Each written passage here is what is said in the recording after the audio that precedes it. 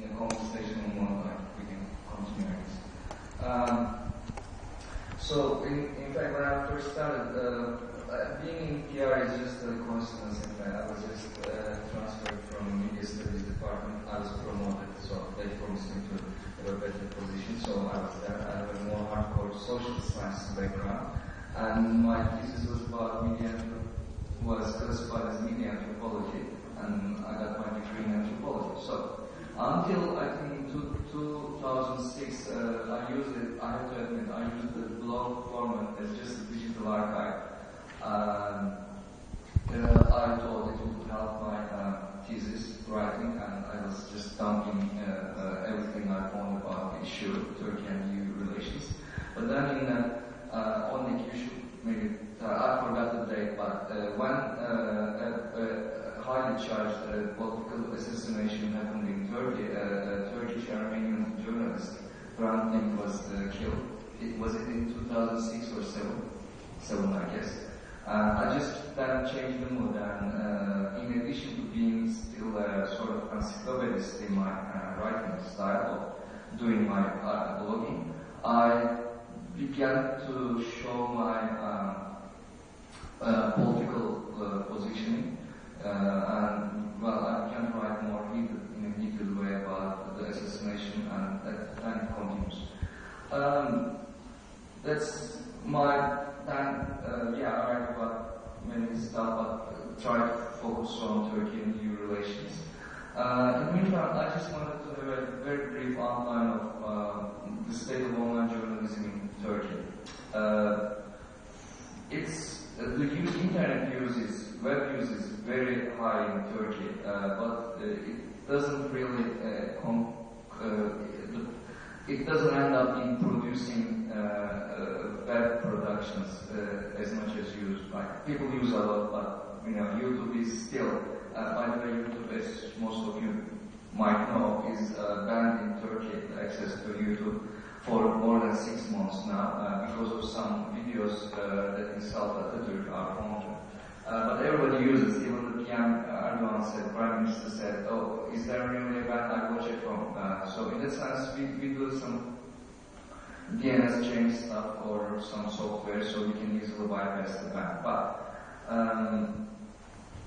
so still YouTube is used and viewed a lot.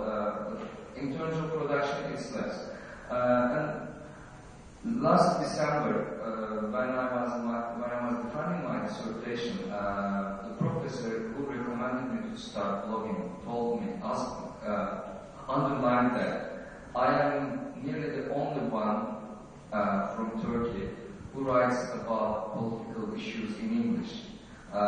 For a 75 million population country, I'm not that proud of that, I have to say, but it might give you an idea. That doesn't mean there is no blogging or other source of production, just English is not used that much. Well, it all started, if I focus on online journalism, the first sites they never named themselves as blogs, but they were using some blog formats, and they were mostly media watch sites. And what they did was basically commenting on or criticizing the existing news production made by mainstream media, and also disseminating or amplifying some of the news that weren't covered enough. But that was, how can I say, sort of a secondary source, although it got more and more attention gradually. In fact, one of the very early media watch sites was MediaChronic.com, which is now closed because the biggest media conglomeration in Turkey threatened basically the hosting company in more implicit ways. So now that MediaChronic site doesn't work anymore. But it used to be a very good source for many journalism students I know. Then gradually there was the second wave of interest in online journalism, and in fact this was done through interestingly by the mainstream media itself.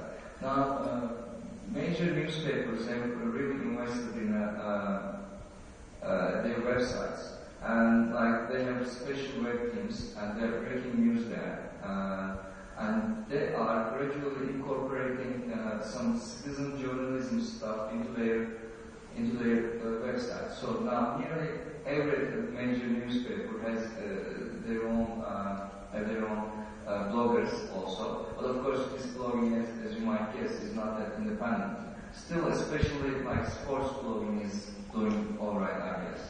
And they are also collecting videos and all. And they are really like, in most of the cases, there are not independent players that can really challenge these huge newspaper websites. In the meantime, while that second wave was continuing, that the newspapers were increasing their traffic and all and investing on it, there were some kind of best practices, I would say. One was, there was this online news website which was called Haber. It was started by a senior journalist.